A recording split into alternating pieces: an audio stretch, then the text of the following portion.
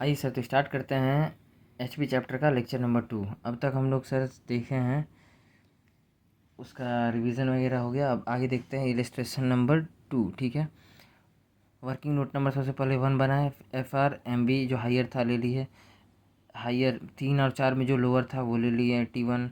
अब इस दोनों में जो हायर है वो ले लिए 81 पर मंथ।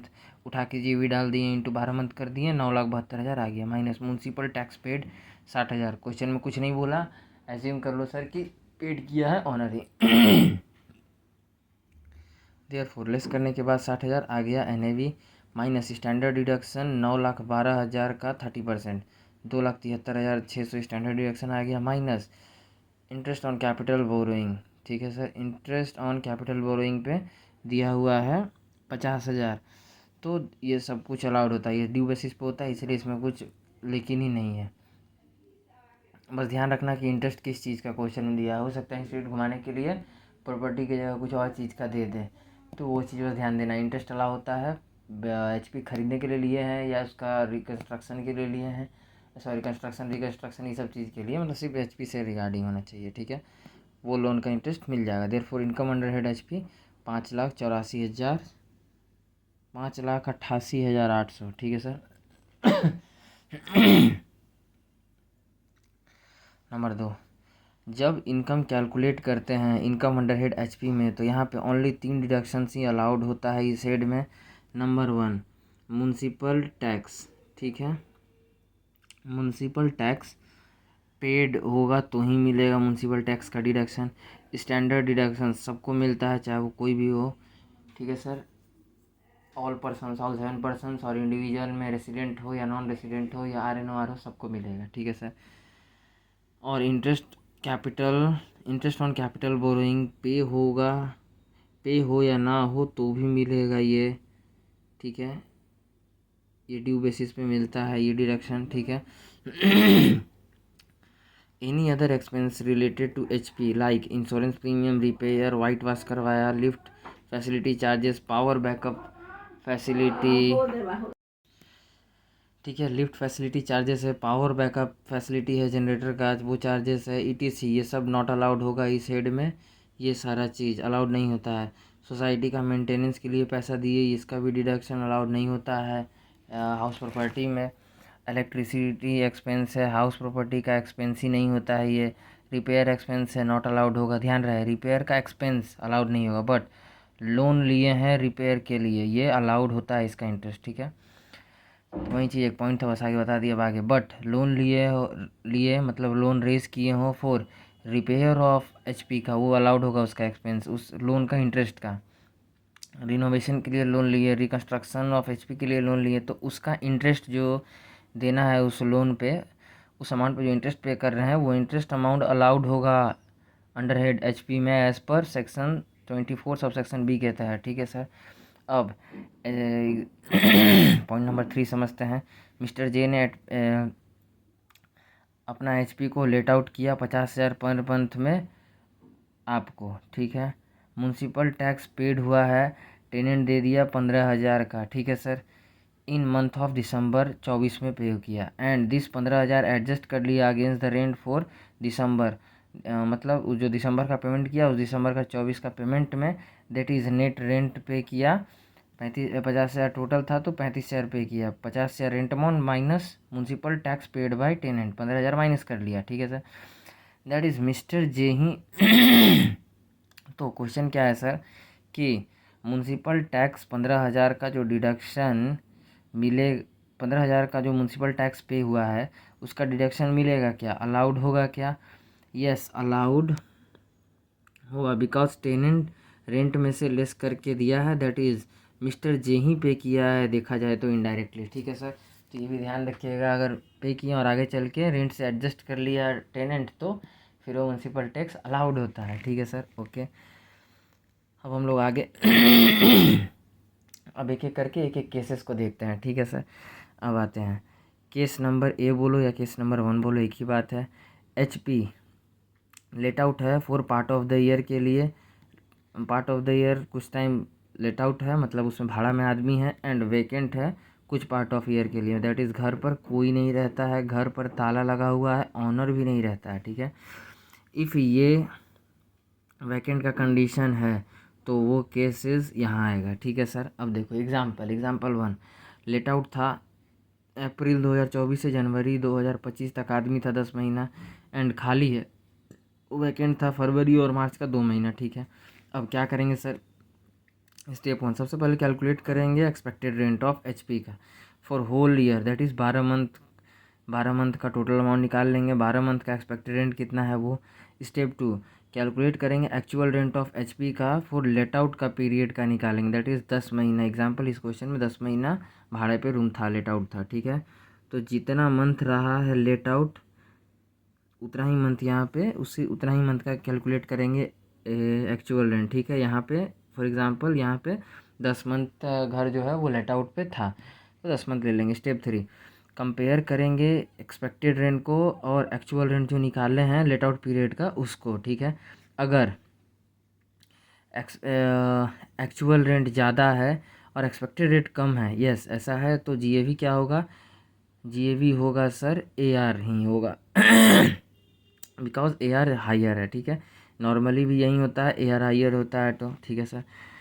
अब यहाँ पे देखो सर केस, तो यहाँ पे टोटल 3 केस है, ये था केस 1, इसको सर समरी नोट्स में भी आपको ये चीज़ अच्छा से लिखा हुआ डिस्क्राइब किया हुआ आपको मिलेगा, ठीक है। अब कम हो, अगर मान लो दैट इज़ एआर कम है और मतलब एक्चुअल रेंट कम है और एक्सपेक्टेड रेंट ज़्यादा है, ठीक है, तो क्या करेंगे सर, अगर रीज़न वैकेंसी है, ठीक है, अगर रीज़न वैकेंसी है, यस वही रीज़न है दैट इज़ वैकेंसी, तो जीएवी एआर को ही एआर ही जीएवी एआर ही होगा। एग्जांपल 5 को आप देख लीजिए इसके लिए, ठीक है सर।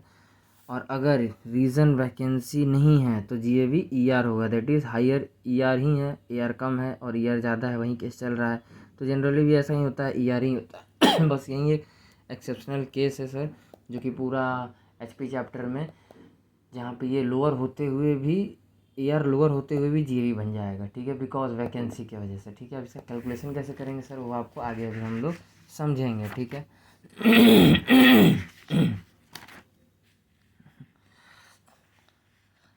ये तो नॉर्मल कंडीशन था। अब हम लोग यहाँ पे देखते हैं सर आगे इस इलिस्ट्रेशन में भी सबका सिचुएशन है, लेकिन फिलहाल यहाँ पे जो एग्जांपल है उसको डिस्क्राइब कर लेते हैं, ठीक है। अगर वैकेंसी का रीज़न है तो एग्जांपल 5 देखें और सीडब्ल्यू बुक का ईआर था 12, एक्सपेक्टेड रेंट था 12 मंथ का 2,40,000 गिवन है, and actual rent let out period का निकाले, that is 9 month, let out रहा 25,000 पर मंथ, रेट गिवन है, इंटू किए तो 2,25,000 हुआ। अब कंपेयर करेंगे, कौन कंपैरिजन कम है, एक्सपेक्टेड रेंट एक्चुअल रेंट कम है और एक्सपेक्टेड रेंट ज़्यादा है 12 मंथ वाला, ठीक है। इफ़ नो वैकेंसी अगर नहीं होता तो क्या होता है, एक्चुअल रेंट 25,000 पर मंथ इंटू 12 मंथ होता है, जो 3 महीना वैकेंसी रहा वो भी 3 महीने यहाँ पे नहीं देखते हैं, सिर्फ एक हम एज्यूम कर रहे हैं कि अगर वैकेंसी नहीं होता वो भी 3 महीना का रेंट मिलता तो क्या होता, तो सर 3 लाख होता ये अमाउंट 2,25,000 की जगह, ठीक है, तो इससे ज़्यादा होता है एक्सपेक्टेड रेंट से, ठीक।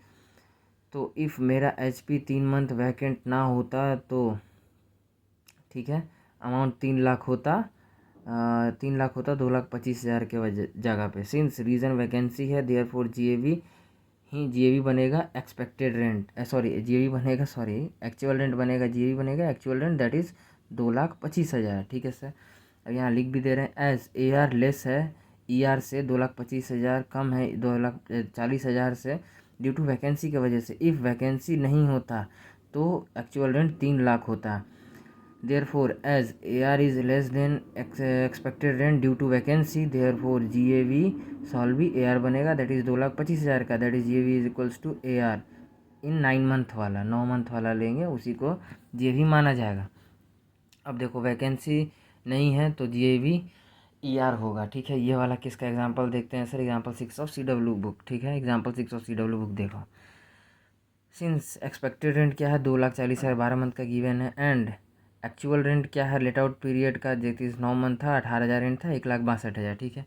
अब ऑन कंपैरिजन किए तो पता चला कि AR कम है एक्सपेक्टेड रेंट ज़्यादा है, ठीक है। चेक करेंगे रीज़न वैकेंसी है क्या, ठीक है। फिर यहाँ से if there would have been no vacancy होता देन AR कितना होता। 18,000 इंटू 9 की जगह 12 करके देखें तो 16,000 हो रहा है। दैट इज़ अभी भी ये 2,16,000 हो रहा है और एक्सपेक्टेड रेंट ज़्यादा है। दैट इज़ AR कम है एक्सपेक्टेड रेंट से, not due to vacancy reason ही नहीं है, वैकेंसी रीज़न नहीं है। ठीक है, पूरा 12 मंथ का रेंट मिल भी जाता तो भी ER ही ज़्यादा होता। ठीक है, और एक्चुअल रेंट कम ही होता। तो यहाँ पे सर सीधे लिख देंगे कि वो उसका वैकेंसी रीज़न नहीं है। ठीक है, देयरफॉर GAV होगा ER is equals to 2,40,000, that is GAV is equals to ER है। In shorts GAV is equals to AR और ER जो हाइयर है तो ER 2,40,000 है और एक्सपेक्टेड रेंट 2,16,000 है। तो यहाँ पे सर खैर ये 12 मंथ वाला तो सिर्फ एजम्पशन के लिए होता है, तो बस यही समझाने के लिए है। हायर ये है तो बस ये सीधे आ जाएगा, जनरली यही चीज़ होता है, बस वही चीज़ है सर। ठीक है, लेकिन इसको आप काट भी सकते हैं, इसको काट ही दो, इसको नहीं लेना माथा में। ठीक है, अब आगे आओ। Illustration number 4, situation 1। Expected rent है 10,000 पर महीना, 12 मंथ का हो गया 1,20,000। एक्चुअल रेंट मिला 7,000 पर मंथ, 11 महीने 77,000। If there would no vacancy नहीं होता देन AR होता 7,000 इंटू 12 84,000 ही होता। ठीक है, और ये है ER है 1,20,000 और ये 84,000 होता। एज AR कम है ER ज़्यादा है, वैकेंसी रीजन नहीं है, देयरफॉर GAV सॉल्व भी होगा, ER इज इक्वल्स टू 1,20,000 ही GAV माना जाएगा। ठीक है, अब सिचुएशन 2 देखते हैं sir. Since ER equals to 10,000 पर मंथ इंटू 12 महीना 1,32,000 and expected and actual rent 11,500 into 11 महीना दैट इज़ 1,26,500। आप कंपेयर करेंगे। If there would have been no vacancy, vacancy नहीं होता, then AR would be 11,500 into 12 1,38,000 होता है। दैट इज़ AR ER से कम है, वैकेंसी ही रीज़न है, देयरफॉर GAV सॉल्व भी, GAV क्या होगा, AR इज इक्वल्स टू 1,26,000। ठीक है, इसी वजह से यही होगा, 1,32,000 से ज़्यादा होता, 1,38,000 होता, बट वैकेंसी की वजह से 1 महीना का रेंट नहीं मिला, इसीलिए ये 1,26,500 पे ही रह गया। ठीक है sir, since GAV is equals to AR in 11 month वाला अमाउंट लेंगे। ठीक है सर, ये तो बस कंपैरिजन के लिए था, ये चीज़ ध्यान रखना। ठीक है, अब अगला सिचुएशन नंबर 3 क्वेश्चन है, ये इलस्ट्रेशन नंबर 4 है बुक का, उसका आंसर सब है। ठीक है, सिंस एक्सपेक्टेड रेंट है 16,000 पर मंथ इंटू 12 महीना 1,92,000 हो गया एंड एक्चुअल रेंट 16,000 इंटू 10 महीना मिला तो 1,60,000 हो गया। इफ़ वैकेंसी नहीं होता देन AR कितना होता, 1,92,000 होता, 16,000 चेक करके देखें, 16,000 इंटू 12 मंथ कर दिए 1,92,000 है। दैट इज़ AR ER से कम है, वैकेंसी ही रीज़न है, देयरफॉर GAV होगा AR that is 1,60,000, that is GAV is equals to AR in 10 महीना वाला। ठीक है सर, ओके। अब हम आते हैं सिचुएशन नंबर 4 पे। सिंस ER जो है वो 7,000 है 1 महीना का और 12 महीना का हो गया 84,000 और एक्चुअल रेंट है 20,000 पर मंथ ले रहा है 10 महीना का तो 2,00,000 है। That is GAV is AR हो जाएगा, एज AR ज़्यादा है और ER कम है, देयरफॉर 2,00,000 ज़्यादा है, इसीलिए GAV हो जाएगा 2,00,000 सीधे। क्रक्स इन शॉर्ट में आप समझिए तो सर क्या है, इफ़ AR कम है ER ज़्यादा है ड्यू टू वैकेंसी रीज़न है तो AR ही GAV हो जाएगा। ये ओनली एक्सेप्शनल केस है HP चैप्टर में, वरना जो भी हायर होगा वो ही जीतेगा एंड GAV बनेगा ऑलवेज हर जगह, बस एक यहीं पे छोड़ कर। ठीक है सर, बाकी ऐसा कोई कंडीशन नहीं है।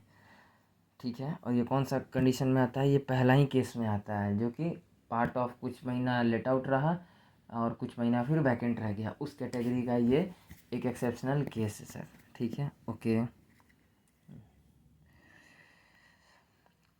और B, in any other case में AR या ER हायर जो होगा वहीं GAV बनेगा। ठीक है सर, अब हम लोग स्टार्ट करते हैं सर केस नंबर 2।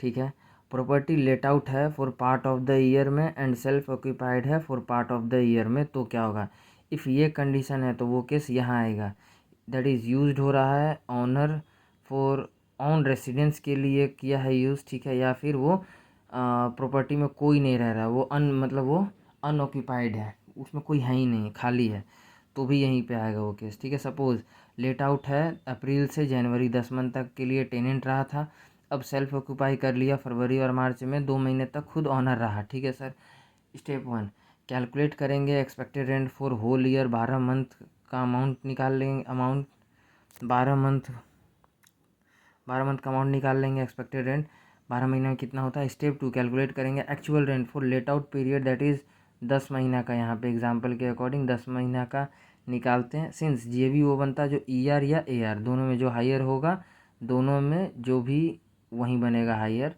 जीएवी। अब देखिए सर एग्जाम्पल नंबर 8 को देखते हैं। ठीक है, 8 of CW book let out रहा 6 महीना इस क्वेश्चन में, ये क्वेश्चन है क्लास वर्क बुक का। वैकेंट रहा 2 मंथ, सेल्फ ऑक्यूपाइड रहा 4 मंथ। ठीक है, सिंस एक्सपेक्टेड रेंट 12 महीना है, 12 महीना का गिवन है 2,50,000 and actual rent let out period का दैट इज़ 6 महीना लेट आउट था तो 30,000 पर मंथ इंटू 6 महीना लेट आउट रहा तो 1,80,000 हो गया। If there would have been no vacancy, vacancy नहीं होता, then AR would have been कितना होता। तो वैकेंसी सिर्फ 2 महीना रहा, ध्यान देना सेल्फ ऑक्यूपाई है 4 महीना, तो इसको मत ले लेना, सिर्फ वैकेंसी का ये 2 महीना को ही ऐड करना। ठीक है सर, तो इफ़ वैकेंसी नहीं होता then AR would have, AR क्या होता,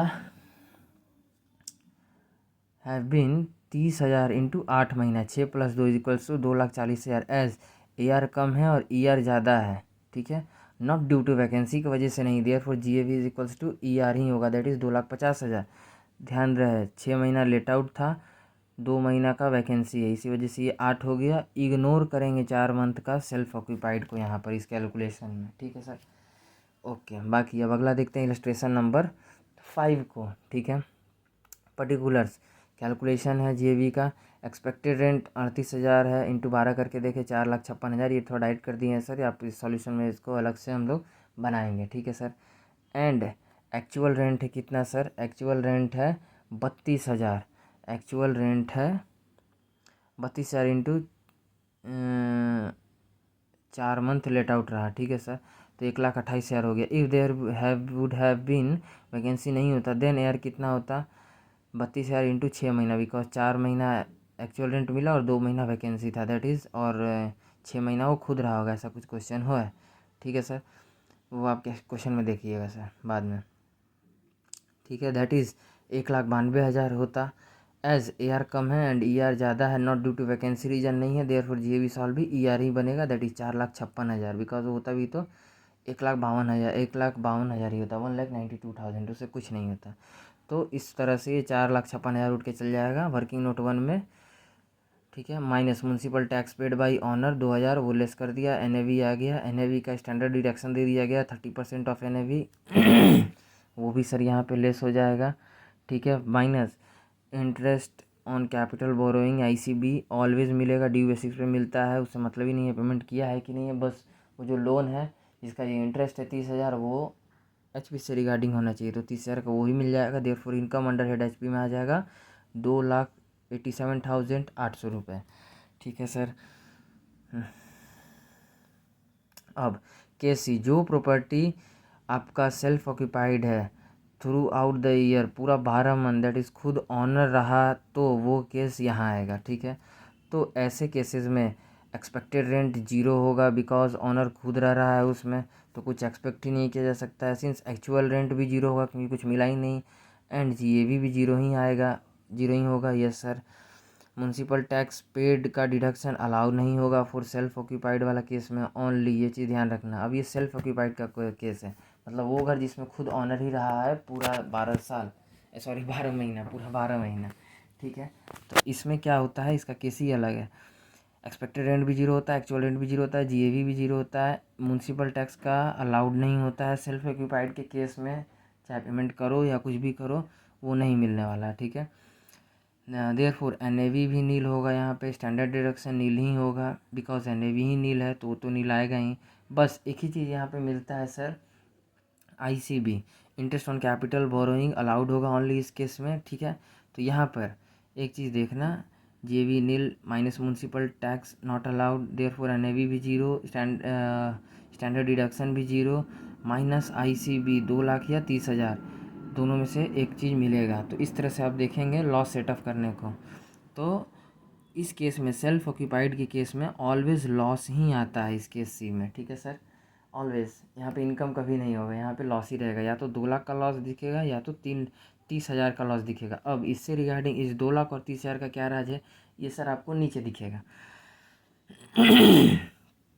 हाँ, ध्यान रहे, अगर ये ओल्ड रिजिम ले रहे हैं तो ये आपको अलाउड होगा इस केस में, ये लिमिट 2 लाख और 30,000 वाला। और अगर न्यू रिजिम ले रहे हैं तो ये भी जीरो है, ये भी अलाउड नहीं है, ठीक है, वो फिर सीधे जीरो ही आ जाएगा। अगर न्यू रिजिम ले रहे हैं सेल्फ ऑक्यूपाई के केस में तो इनकम अंडर हेड HP आएगा, सेल्फ ऑक्यूपाइड के केस में जीरो। और ओल्ड रिजिम ले रहे हैं तो या तो 2 लाख तक आ जाएगा या तो 30,000 आ जाएगा, मतलब मैक्सिमम। बाकी तुम्हारा जो भी इंटरेस्ट आपका सर बोरो हो रहा हो वो। अब देखिए, इसको बोलते हैं मैक्सिमम इंटरेस्ट, आप इतना ले सकते हैं, और इसमें मैक्सिमम इंटरेस्ट 30,000 ले सकते हैं। ये 2 अलग अलग केस है, ठीक है। अब यहाँ पे क्या है सर, कंडीशन लगाया गवर्नमेंट ने, मैक्सिमम लिमिट लेवी कर दिया यहाँ पे, दैट इज सेट कर दिया यहाँ पे ये डिडक्शन अलाउड करने के लिए, ठीक है। अब अगर 2 लाख का डिडक्शन चाहिए तो आपको ये चारों कंडीशन को सेटिस्फाइड करना। अगर ये चारों कंडीशन सेटिस्फाइड हो गया तो आपको ये 2 लाख तक का मैक्सिमम डिडक्शन मिल जाएगा। और अगर सेटिस्फाइड इसमें से एक भी कोई अगर 3 सेटिस्फाइड हो रहा है और एक ही सेटिस्फाइड नहीं हुआ तो भी आपको 30,000 मिलेगा। देखो, क्योंकि प्लस है इसमें, एंड है एक तरह से, ये चीज़ सोचो, ठीक है। अब कंडीशन से समझते हैं क्या है। कंडीशन 1, लोन लिए हो फॉर कंस्ट्रक्शन या परचेज ऑफ HP के लिए, ठीक है। HP का कंस्ट्रक्शन कंप्लीट हो जाना चाहिए विद इन 5 ईयर्स में from the end of year in which loan is raised, जब से लिए होंगे तब से। कैलकुलेशन ऑफ 5 साल कब से जोड़ा जाएगा, मान लो अगर 15 जुलाई 2019 को लोन लिए हैं, ठीक है, दैट इज़ 19-20 ईयर में लोन लिए हैं, तो 19-20 ईयर का 31/3/2020 ईयर एंड से नेक्स्ट 5 ईयर काउंट होगा, ठीक है सर। तब तक तुम्हारा सर कंप्लीट हो जाना चाहिए। मतलब 31 मार्च 2020 से अगर सर जोड़ते हैं तो 21, 22, 23, 24, 25, तो 31 मार्च 2025 तक आपको इसका डिडक्शन, कंस्ट्रक्शन घर का ख़त्म हो जाना चाहिए, तो भी आपको ये 5 साल का डिडक्शन 5 साल में दिया जाएगा, ठीक है सर। आप उतना ही डिडक्शन 5 साल तक क्लेम कर सकते हैं, ऐसा ही चीज़ समझो। कंडीशन 3, लोन रेज हुआ है ऑन और आफ्टर, मतलब 1/4/1999 के बाद लिए होने चाहिए लोन, या तो 1/4/1999 उस दिन या उसके बाद 2 अप्रैल के बाद, ऐसा। लेकिन इधर अगर उसके बाद ही लोन लिए हो तो ही यहाँ कवर होगा। 1/4/1999 के बाद लोन लिए हैं तो उसका डिडक्शन आपको सर यहाँ पे 2 लाख तक का मैक्सिमम मिल जाएगा। उससे पहले का लोन होगा उसका भाई 30,000 आपको डिडक्शन मैक्सिमम दिया जाएगा। कंडीशन 4 क्या है, इंटरेस्ट सर्टिफिकेट होना चाहिए आपके पास में, जो कि रिसीव्ड फ्रॉम लेंडर, लोन देने वाला से आपको वो पूरा इंटरेस्ट सर्टिफिकेट दिया हुआ होना चाहिए। जो आपको लोन दिया है वो आपको इंटरेस्ट सर्टिफिकेट भी देना चाहिए कि इनके ऊपर ये लोन है जिसका इंटरेस्ट ये भरते हैं, ठीक है सर। अब देखो यहाँ पे, if above all 4 condition satisfied हो जाए then interest on capital borrowing for self occupied property के केस में सॉल्व भी अलाउड होगा, सब्जेक्ट टू मैक्सिमम 2 लाख तक का मिलेगा डिडक्शन, और actual interest whichever is lower होगा, ठीक है, अप टू 2 लाख तक मिल जाएगा। सी एग्जाम्पल 1 और 2, सिंस एक्चुअल इंटरेस्ट 1.5 लाख है, मैक्सिमम इंटरेस्ट 2 लाख है, ठीक है, डिडक्शन अलाउड होगा 1,50,000 का, विच एवर इज लोअर था। एग्जाम्पल नंबर 2, एक्चुअल इंटरेस्ट है 2,50,000, मैक्सिमम इंटरेस्ट अलाउड है 2 लाख, डिडक्शन अलाउड होगा 2 लाख का, विच एवर इज लोअर मिल जाएगा, ठीक है। अब देखो, अदरवाइज अगर ये चारों में से मैक्सिमम डिडक्शन आपको इंटरेस्ट ऑन कैपिटल बोरोइंग का सेल्फ ऑक्यूपाइड प्रॉपर्टी के केस में 30,000 का ही मिलेगा डिडक्शन, इफ़ ये चारों में से, ठीक है, एक भी सेटिस्फाइड नहीं हुआ, कोई भी एक सेटिस्फाइड नहीं हुआ कंडीशन तो, ठीक है, या एक्चुअल इंटरेस्ट जो आप पेड कर रहे हैं which ever is lower allowed हो जाएगा, ठीक है सर। अब इसका एग्जांपल कहाँ देखेंगे सर, इसका एग्जांपल आप देखेंगे यहाँ पे, जैसे इन केसेस में मैक्सिमम डिडक्शन 30,000 तक का ही मिलता है, एक्चुअल इंटरेस्ट 25,000 है, मैक्सिमम इंटरेस्ट 30,000 मिल सकता है, whichever is lower allowed होगा that is 25,000। Example 2, actual interest है 45,000 एंड मैक्सिमम इंटरेस्ट है 30,000, whichever is lower allowed होगा दैट इज़ 30,000 तक है, ठीक है। अब देखिए एक चीज़ है सर, कंडीशन कैसे सेटिस्फाइड नहीं माना जाएगा, अगर लोन लिए हो HP का रिपेयर के लिए, डेकोरेशन के लिए, ठीक है, इस तरह का। यहाँ क्या है, लोन होना चाहिए कंस्ट्रक्शन और परचेज ऑफ HP के लिए बस, ठीक है। HP का कंस्ट्रक्शन 5 साल में कंप्लीट नहीं हुआ तो कंडीशन फुलफ़िल नहीं माना जाएगा। लोन होगा 1/4/1999 से पहले लिए होंगे तो भी कंडीशन फुलफ़िल नहीं हुआ। इंटरेस्ट सर्टिफिकेट ना हो आपके पास तो भी सिचुएशन को तो भी कंडीशन सेटिस्फाइड नहीं हुआ, और ये सब कंडीशन आपको सेटिस्फाइड करना होगा। ये सेटिस्फाइड कर दिए तो 2 लाख तक का मैक्सिमम आप ले लीजिए, या आपका एक्चुअल इंटरेस्ट जो पड़ रहा है वो ले लीजिए। और अगर इस सेटिस्फाइड नहीं किए, मतलब इस चारों में से अगर हरकत हो गया, तो फिर 30,000 तक मैक्सिमम ले लीजिए, उसमें जो लोअर आ रहा है वो आपको रिडक्शन दे दिया जाएगा। अब केस सी, इस केस में कवर होगा only if 2 HP self occupied हो तो। अब इसी का केस टी, मतलब ये केस 3 था, केस सी या डी दोनों एक ही लिखिए, कुछ भी है। केस डी, इफ़ ये केस डी या केस 4, इफ़ 2 HP से ज़्यादा HP सेल्फ ऑक्यूपाइड होगा तो वो केस डी में जाएगा। ठीक है सर, ओके, मिलते हैं अगले क्लास में, थैंक यू।